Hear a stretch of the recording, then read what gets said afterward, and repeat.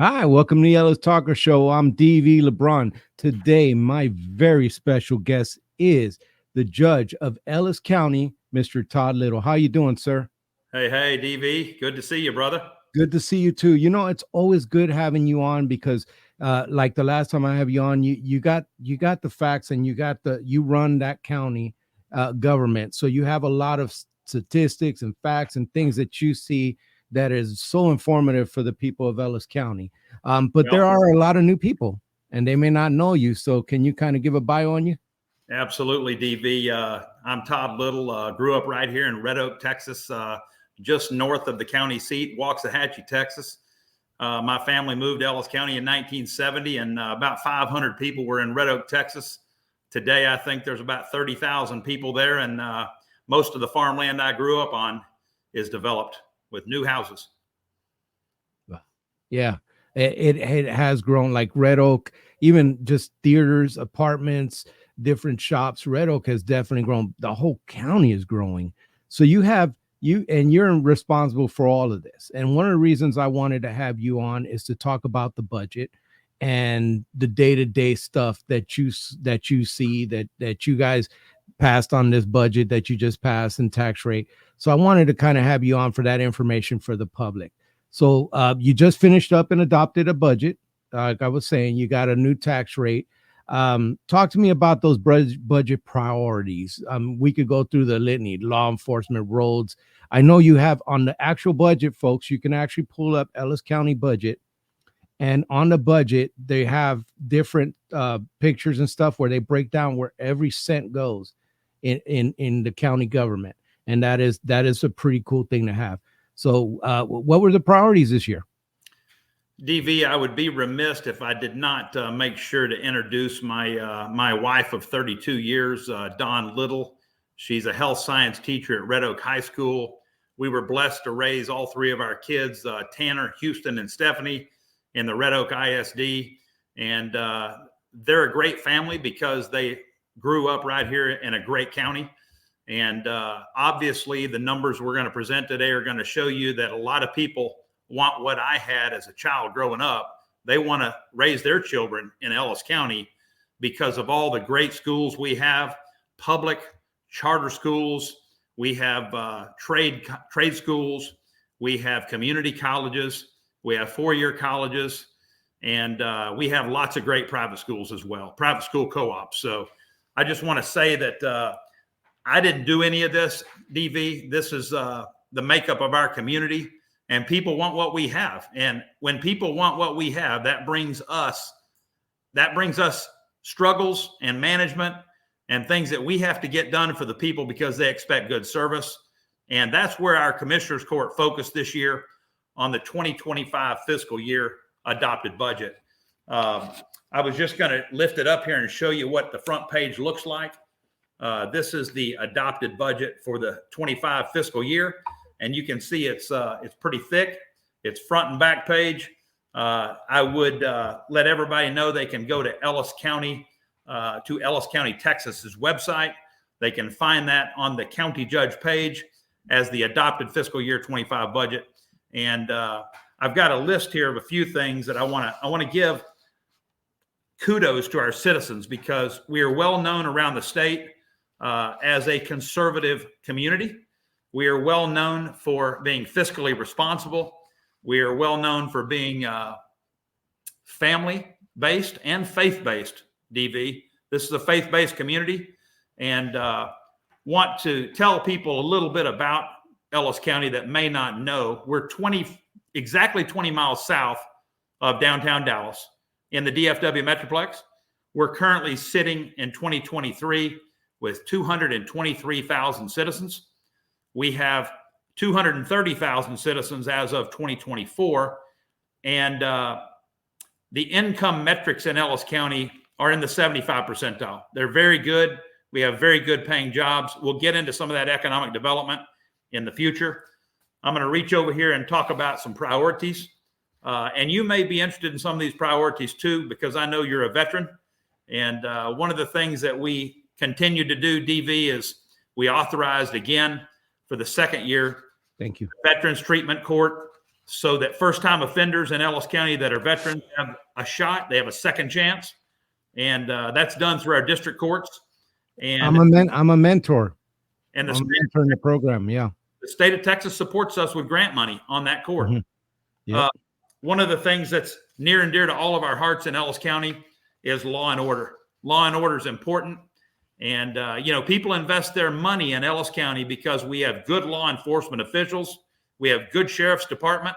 We have a good sheriff in Brad Norman. We have some incredible police chiefs and lots of policemen and firemen that protect our property and protect our people every day.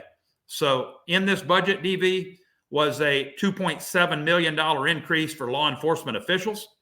It's getting tougher to recruit and retain good officers because we hear about all the news stories nationally. And that's one of the top priorities in this budget. Another priority in this budget was making sure that we keep or recruit and retain our talent that we have here at the county by increasing our workers here in the county that do the county clerk business, that deposit the citizens' taxes, that actually do the maintenance in the buildings. They actually clean and sweep the streets. We have lots of funds in this budget for road and bridge maintenance and road and bridge repair. So those are some of the key priorities: is increasing law enforcement salaries, managing and maintaining our continual damage to our roads and bridges. And it's just been a great budget process. Commissioners voted on September 10th to basically leave the tax rate flat, DV. And what happened was inflation and population finally caught up with us this year after we have continued to lower the tax rate for 6 years in a row. This year, we decided we had to take care of some business and pay some bills. So we were not able to reduce the tax rate. We did have a reduction in our assessed value by about $650 million compared to 2023. We had $1.8 billion in growth in 2023. In 2024, we only had $1.2 billion in new growth. Mm-hmm. Well, so going into the law enforcement, Judge, I had Brad on, Sheriff Brad Norman on the show, and we talked about obviously the retention issue. So thank you for addressing that. But the one other thing that was big was the jail. The jail is a massive thing, and I happen to know that profession, and I know that the jail's getting older, and it's going to require some things in the future, or at least planning for that. Did this budget kind of address that or look into that? This budget looks into doing some of the planning work and some of the design work for a future jail, DV. If you look on the chart behind me, you kind of see that is our emerging Ellis County 2050 strategic plan. That strategic plan sets out the goals and the aspirations that our citizens and our committee established. The committee decided on a decentralized approach so that we can decentralize the county government outside and serve all of the citizens in the growing areas like Midlothian, Maypearl, Italy, Ennis.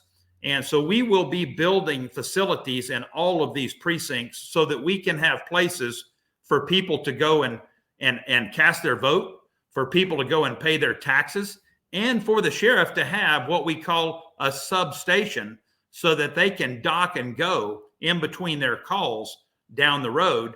And as the county grows from 250,000 to say 375 to 1 million people someday, we're going to need resources out in the county so that people can take care of their family services. Because when Waxahachie grows up, it's going to be 150,000 people. Some people will come into the town a couple days a week, but they won't come into town 7 days a week like they do now. No, yeah. Now, one of the things that were brought up about the budget was the pay raise that for you and others that was implemented in there. And I want you to kind of address that, because everybody's, online people get nasty. So I want you, the one who runs this, to talk about why in this time, where inflation, things are hard, why did you give yourself a pay raise and the others? Why did you vote? Why did you guys vote on that? Well, I'll be glad to discuss that, DV. In our current budget, we had, let me see here, we had on the front page of the budget, we had $7.2 million in new monies from last year. Yeah. Out of that $7.2 million in new money, $6.4 million was for salary increases all across the county. Now, Wow. out of that $6.4 million in salary increases, that included $308,000 for 21 elected officials. Now, DV, I'm an elected official in this county, and there's a process that the law requires for us to raise elected official salaries. Obviously, inflation has now hitting everybody. Some of the elected officials received 7 to 8%. Other elected officials received 10 to 14%, depending on where they were in the comparison.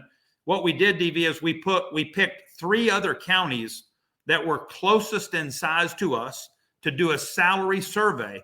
And we picked Parker County, we picked Johnson County, and we picked Kaufman County.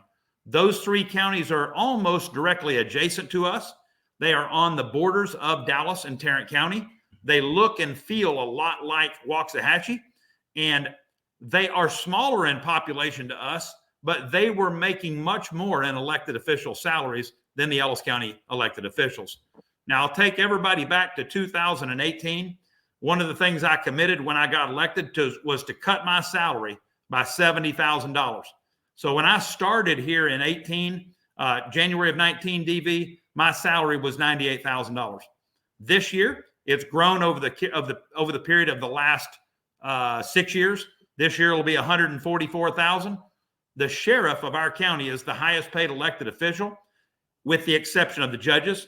But the sheriff's pay we had to raise the sheriff's salary to $146,500, just so that the chief deputy and the deputies and the command staff underneath the sheriff would not be making more than our county sheriff, who's the boss of that department and that jail.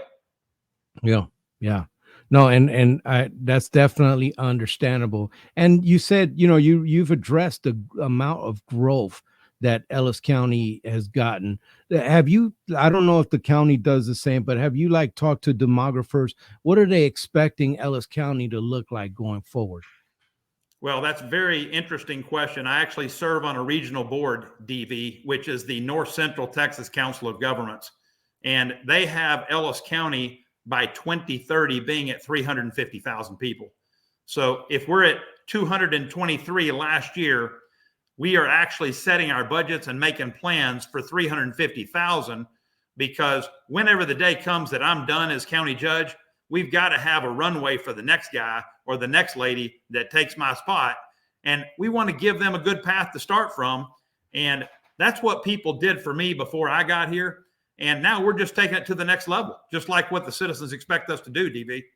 Todd, what are the challenges you guys are facing with infrastructure? What was the major thing that it had to be addressed this year? What was the major thing hitting the county? Well, obviously, one of the things that county government is required to do is to manage the largest mental hospital in the county, and that is the county jail. We have seen an increase in $3.2 million in what we call inmate medical health care. So we've gone from $3.2 million this year in the budget. We've budgeted $6 million for inmate medical, DV. In the last 2 years, we've seen that just explode on us. Part of that is due to the case backlog that we experienced 3 years ago during COVID. But now we're starting to see those individuals that were in jail or out on bond. Now they're coming through the court system.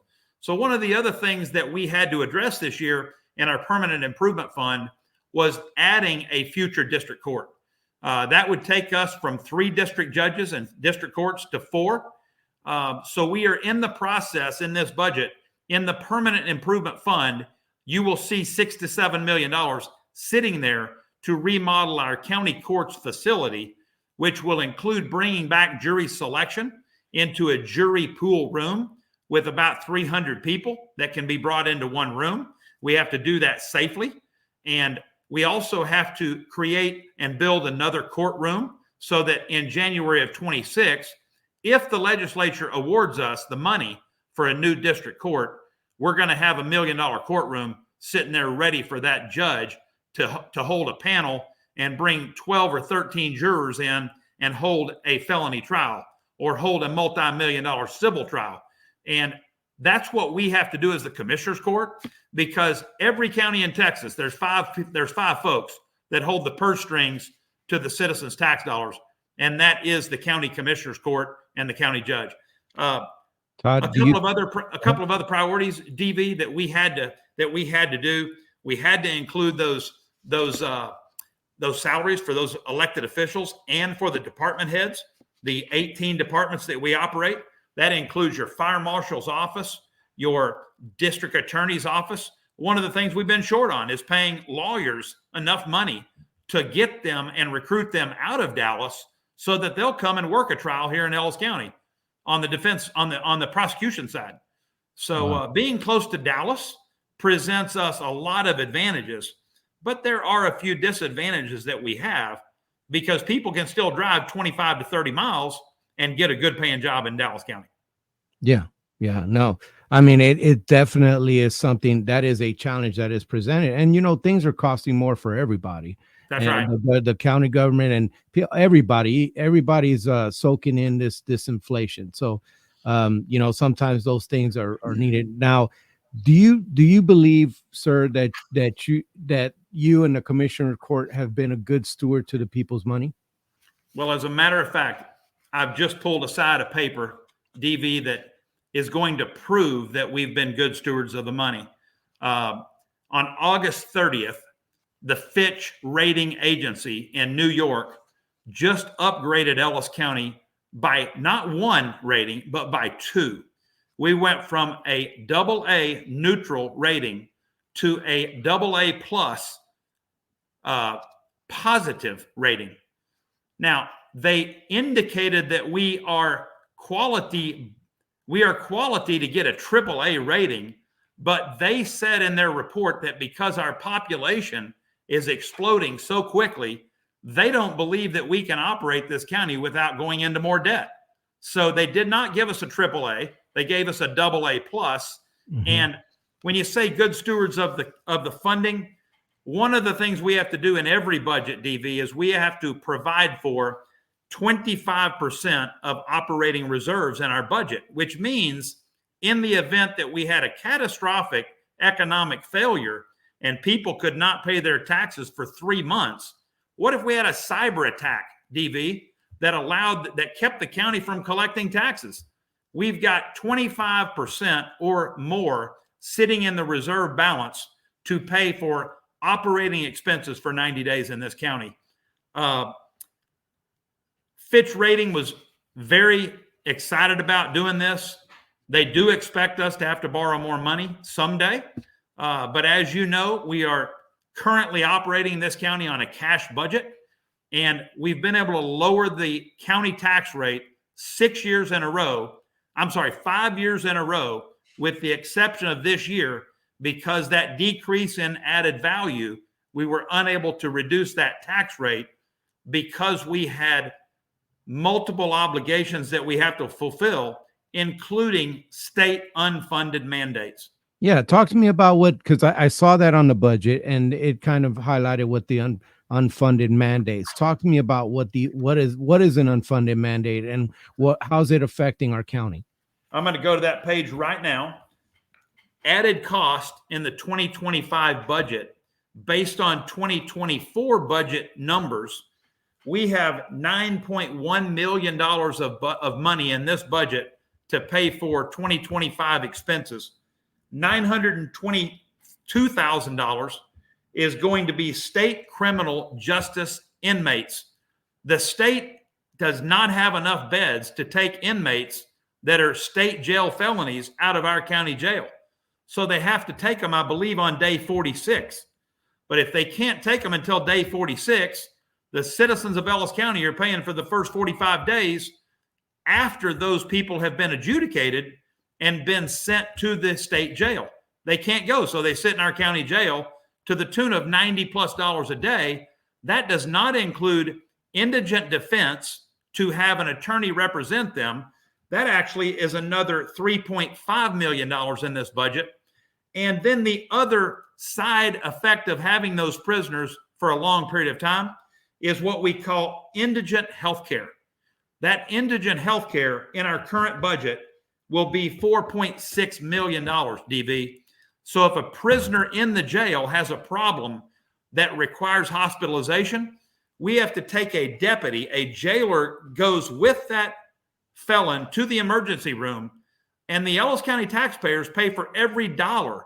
That's why we have a contract with a medical company to try to do as much as we possibly can in the county jail, such as x-ray and imaging. Mm-hmm. We have those machines in our jail just to mitigate cost so we don't have to go to one of the 3 private hospitals in the county.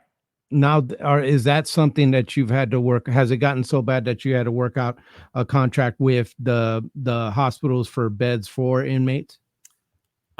We do not. It's the first come first serve basis in the hospital. Okay. We do have a doctor. We have mental health providers, and we have nurses inside the county jail that take care of those types of things. But when you have a problem like a heart attack, you have someone that's a prisoner that has a heart attack, or maybe they're coming off of some addiction. They're in there for drugs or addiction, and they have a problem, an attack of some kind, anxiety, whatever. We have to treat those individuals outside of the county jail. That's why I budgeted $6 million in inmate medical in this 25 fiscal year budget. And just so people know, when they come in, if you do not treat them for the conditions that they have, you will get sued. There have been several court cases of people not receiving the medical care. And I mean, it can get more costly than that $6 million by not doing it. So just so the folks know, it could get really ugly.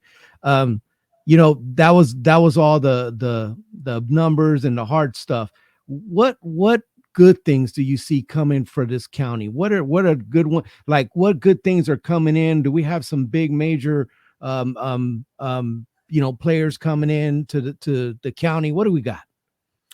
DV, we've got some high-tech companies that are large. There's 2 or 3 things that are really exciting in Ellis County. Since I've been here about 4 years, it's been about 3.5 years where we had our first meeting with a data center.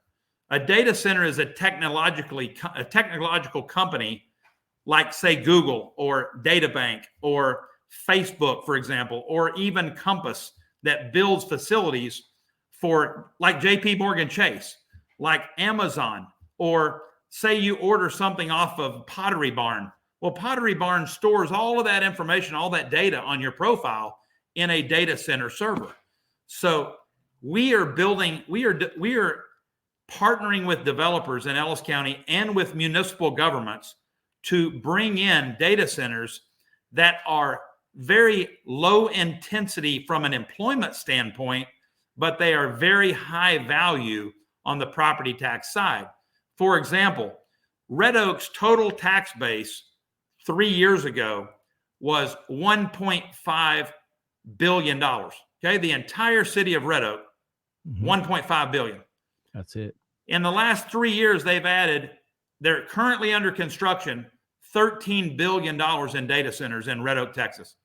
Wow. Now, DV, that will change the community of Red Oak forever, because people will come and construct data centers for the next 5 to 7 years. With the emphasis on artificial intelligence and cybersecurity, these data centers are going to be part of our lives. Now, if they manipulate and they censure and they do things on the other end for Facebook or TikTok, whatever, that's not in the Ellis County Commissioner's Court's hands. That's really the role of the federal government to protect us from that. But we are partnering with good companies that are putting in what I call critical infrastructure that allows Ellis County to be successful well into the 21st century.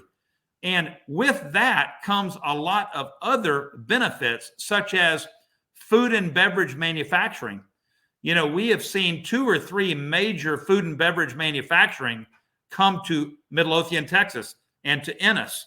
And I will name two or three of those. One is called, everybody may have seen the advertisements for Fresh Pet. Well, Fresh Pet in Ennis is fresh pet food that is refrigerated pet food. They started out that project estimating it being a $350 million project. Today, they've invested over $750 million in Ennis, Texas, and 500 plus employees. Wow.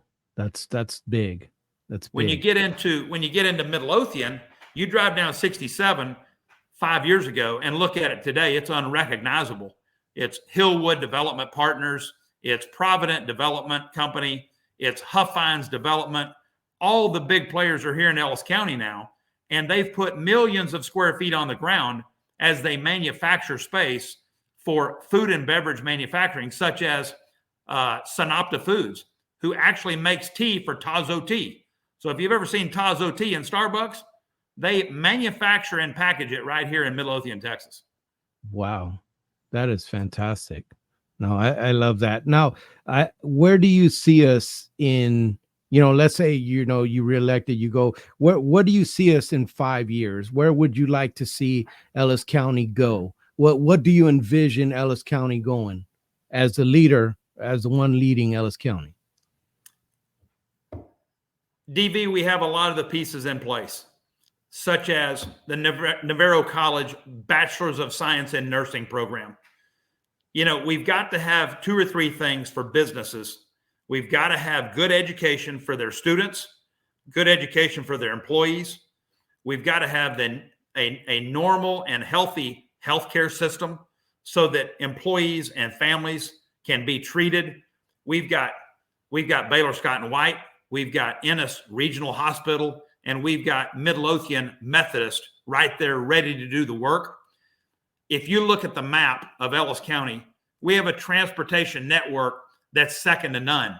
We've got I-45, we've got I-35, we've got Highway 67, we've got 287 that goes from one end of the county on the northwest side to the southeast corner. That is going to be a major player by the fact that we have major farm to markets and state highways in this county. And it's just one of those things that, like, we're sitting here painting a picture of what we want this county to be. We are in a position to actually put the paint on the canvas, DV, as commissioners, as mayors, as city managers, as economic development directors. We have the ability, because of affordable land and plenty of it. Our county geography is larger than Dallas County. We have over 968 square miles to manage. Half of our county is agricultural. Most of that is south of 287. Most of the property that is north of 287 is already experiencing a suburban or urban type growth. So we're sort of a hybrid right now, DV, and we are planning for the future. And one thing that I am, DV, I'm a finance guy. We've got to take care of the money at Ellis County. And as long as I'm here, we're going to do that. We're currently building 2 facilities with cash money, because we know it's important for school districts to be able to go out and build schools as our county grows. We don't need to be passing bonds right now while the schools are passing their bonds to build new schools for new students. What we need to be doing is paying what we can as we go. We have a plan back here behind me to do it on a gradual basis, to do what I call phased development and planning for the future. And I see a day where the county jail is no longer in the county seat in Waxahachie downtown. I see a day where the county farm is out. The county jail is actually located in the center of the county at the county farm. And that current county jail location can be used for a great tourism project for downtown Waxahachie. Maybe it's a historic hotel. Maybe it's a boutique hotel, but it's probably going to have antique stores and probably going to have shops on the bottom floor so that our people can walk and just enjoy the beauty of downtown Waxahachie. One of the things that we're also doing, DV, is we're doing what's called TIRZ, tax increment reinvestment zones. So when developers come to our county to build infrastructure, we're willing to reinvest with them and put TIRZ money back into the water lines, the sewer lines, the roads, the bridges. And we've already got some of those established, and they are very successful tools to bringing future development in. And I mean, I could just keep talking. I'm excited about Midlothian's new city hall. Mm-hmm. I'm excited about Midlothian's new police department. I'm excited about Waxahachie's second high school. Red Oak just is currently building a brand new junior high, over $110 million. And the leaders of this county have just prepped us so well for the future. And our job as commissioners is to make them more effective at what they do, not get in the way. Todd, not be slow, not get in the way, but make sure our government at the local level is doing its job to serve its citizens. Todd, you that is something you pointed out earlier that I kind of want to ask you about. What I noticed that because of the way that things are in Texas, this county is looking real city. I live in a county, and it's looking real city-like, just because they're building so much and in all this county area, but it's not city, it's the county, and it belongs to you, which kind of changes how counties traditionally have had to work with stuff if it becomes more urban like. And tell me, how do you see that affecting us, Todd? Well, one of the things that's very important, DV, is for us to have relationships with our superintendents, with our emergency management folks that are at each city. You know, we all remember a thing called COVID in 2020. We could not have done what we did without good people ready to take the helm and help their people, their citizens, whether that be a fire chief that's the first responder out there to that call. You know, I think today, DV, we had a fire over in India, over in Ferris, Texas this morning. I got the call at 7:15. Unfortunately, I believe that someone died in that fire this morning. Oh. But we did have one other person that lived today through that fire. So we've got to have the people in place. We've got to look for new leaders, DV. We've got to look for the youth in our community that care about our community, because, you know, we can go out here and make all this income and all this money, but if we don't have a quality place to invest, it really doesn't matter what we make, because we don't have a good community, a solid community, a community that's going to be sustainable. And I don't mean using sustainable as a liberal meaning. What I mean is sustainable is that we can live together in peace, we can be safe, we can be secure, and we can just continue to invest our money in a great place like Ellis County, Texas. And so, you know, we're on the road, DB, to that place. Oh, I see it. You know, on my show, my guest has the last word. So I'm going to go ahead and shut up and give you the mic to talk to the people of Ellis County.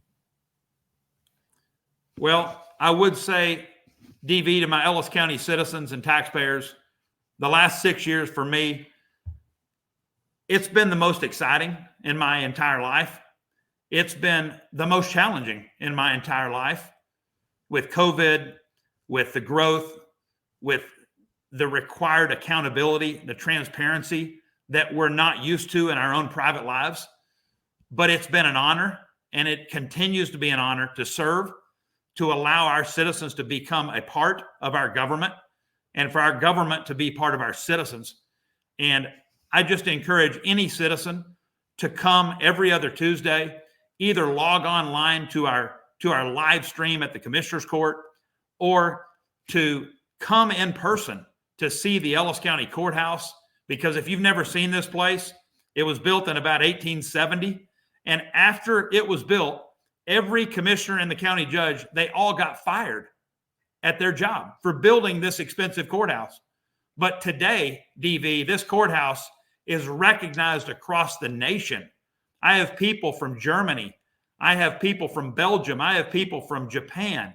They come in here from Hawaii and they go, wow, I've never seen a building like this before. So it's an honor to continue to champion the values of Texas, like William B. Travis did when he called out that letter that is now preeminently displayed here on our courthouse steps, the Alamo Letter Society, where we are going to continue to defend liberty and stand for freedom in Texas. And DV, I'm just glad that I can be a small part in one of the 254 counties in Texas. And, you know, I'm just encouraging other people to get involved, to get in the mainstream and be a part and find out the place they can fit. And we'll be here to welcome them with open arms. And it's always going to be an open government as long as I'm here. We're going to be transparent from day one. And if you don't have what you want to know about Ellis County, it will not be Todd Little's fault. Yeah. Well, you know what? That's why I do this show, because I want people to be able to see Todd Little and have word. I mean, have it come from you, not from, you know, all kinds of bad stuff. Because when it comes from you, it's good. It's factual. So, because you're the one running this county. Now, people could question how you do it. That's up to them, but they'll know from you what's going on. So thank you so much again for coming on my show, Judge. I know you're busy, and I do appreciate your time. Can you hang on after the show real quick? Absolutely. Thank you, DV.